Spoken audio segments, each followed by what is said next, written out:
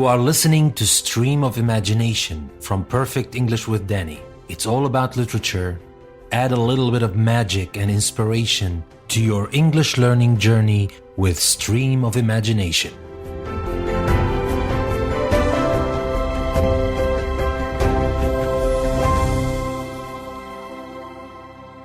Welcome to Creative Challenges. Every week we will have a creative challenge that is not only for you, but for me as well.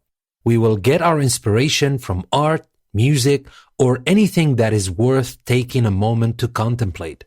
At the beginning of the next episode, I will start with my effort trying to do something creative based on this week's challenge. And then we will move on to a new challenge. I'm a writer and a musical artist, so my approach might be limited to what I know, but it is a whole different story for you. You can use this challenge to create anything you are good at. It might be cooking a dish, drawing a painting, or making a chair. It doesn't matter, but whatever you do, put your heart into it. After all, Creative Challenges is the name of this show, and anything you do with a twist that brings who you are in it is creative indeed. So let's get to it. Today's creative challenge will be inspired by Botticelli's La Primavera, which is a famous painting. Since this is an audio podcast, I have included a link in the description to take you to the painting where you can see it while listening to the podcast. But if you decide you don't want to, and you just want to listen to what I'm saying and imagine what it's like, let me tell you, your creative sense might have already kicked in. So let's dive in Botticelli's La Primavera. First, look at this assembly of beautiful creatures, gods, and idols, with Venus in the middle of the picture and the Graces dancing blissfully unaware of what's happening around them. Hermes to the left, the messenger of the gods, is present as well, and Cupid is flying above his mother, shooting one of his arrows of love blindly to ignite this eternal purpose of life. It seems like a happy painting, doesn't it?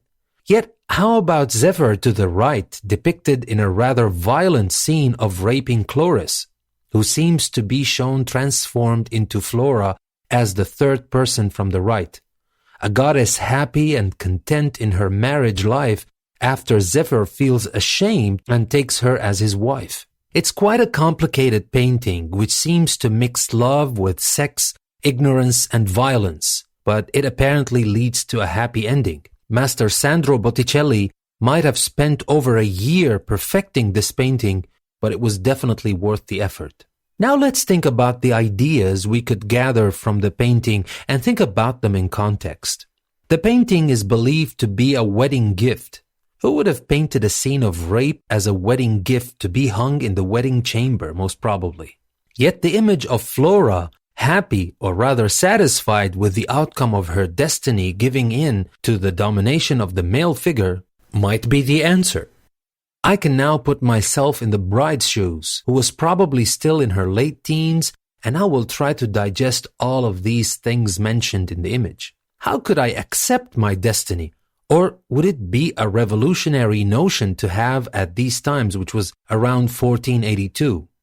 And maybe all of that was out of the question, and it would never have crossed the mind of the bride at all. What if she had this idea in mind? How would she struggle against all those around her that destined her to be her husband's shadow for the rest of her life? I don't know.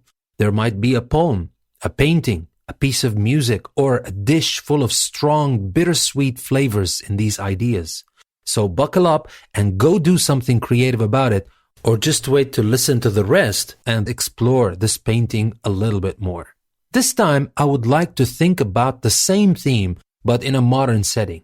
How many women live and die in the shadow of men they barely care about, yet all they can do is be as silently compliant as they can be? For these men are the bread and butter of the family, although the woman might be the breadwinner more than the man in our times. How much of this image do we still have today in our world? And I'm not talking about some unheard of village somewhere in the Amazon forest, but about big cosmopolitan cities. The big difference, of course, is the reaction of women today. The reaction to a dark, enslaving image cannot be taken for granted nowadays, and the women of our times do have means to respond.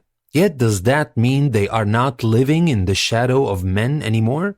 Maybe it's true for some, but I still believe that most women are still there and waiting to be free. What would a woman from our time say about that? Maybe there is a short story about that or a poem, who knows? Well, of course you do, so get to it and write something. Or maybe you would want to hear the last part before you do that, so come along. Botticelli's La Primavera left me with yet another idea that might be dark and wicked. Here again, I'm talking about Chloris, who turned into Flora after Zephyr raped her and made her his wife. You look around and see thousands of stories like that, not necessarily involving rape, but about women drawn to men who ill-treat them, and sometimes the more they get hurt, the more they love the man. Freud would have simply explained it by the term masochism, and for him, maybe most women are. But I don't think it is about masochism, but the high level of manly behavior women expect from men, even if that means they might get hurt sometimes.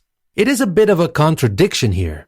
What do you think? Personally, I think that I can forgive my lover no matter how many times she hurt me and cry rivers on her account, but not even once if she does it on purpose. Would a woman do that? And if so, have women never changed as men have not? All these are questions to open discussions and ideas finding their ways to your blank paper, canvas, or at least vibrant mind. I am not taking sides here, but the best conclusions we come up with are usually the ones we think of as off-limit ideas. So what do you do now? I don't care. You can write a poem, a short story, compose a song, draw a painting, cook, make something, or at least think, as long as you put your heart into it. Put your heart into whatever you do. You can create something about women in the time of the Renaissance and the way they were treated. Your point of view can be a man's or a woman's, whatever sounds more interesting to you. You can also create something about the same notion, but from a modern perspective, and see if the ideas triggered by Botticelli's painting relate to our times in any way. If you like, you can dig deeper into the psyche of women and see if they do seek that image of the romantic macho man on purpose and where that might lead them. And maybe that brings me to a final question. Can there be a real romantic macho man? Who knows? I hope you have come up with some ideas to do something creative, whether the ideas came from what we just talked about, or you might have your own vision and you might have seen things in this painting that no one else can see. Don't be afraid to use your own eyes to see things your own way. But the most important thing is that you do something about it. And please do share what you create, as I will. You can share what you create by leaving a comment on this podcast, on my Facebook page, or on my website. Go ahead now and unleash some creativity in your lives. Anybody is creative. Anybody can do something great at any stage of their lives. The world is not what they tell you it is. It is what you say it is. Do whatever you feel like doing, and don't forget to come back next week for a new creative challenge, and I will share what I will have created with you, as I hope you do the same. Thank you very much. I will see you again next week.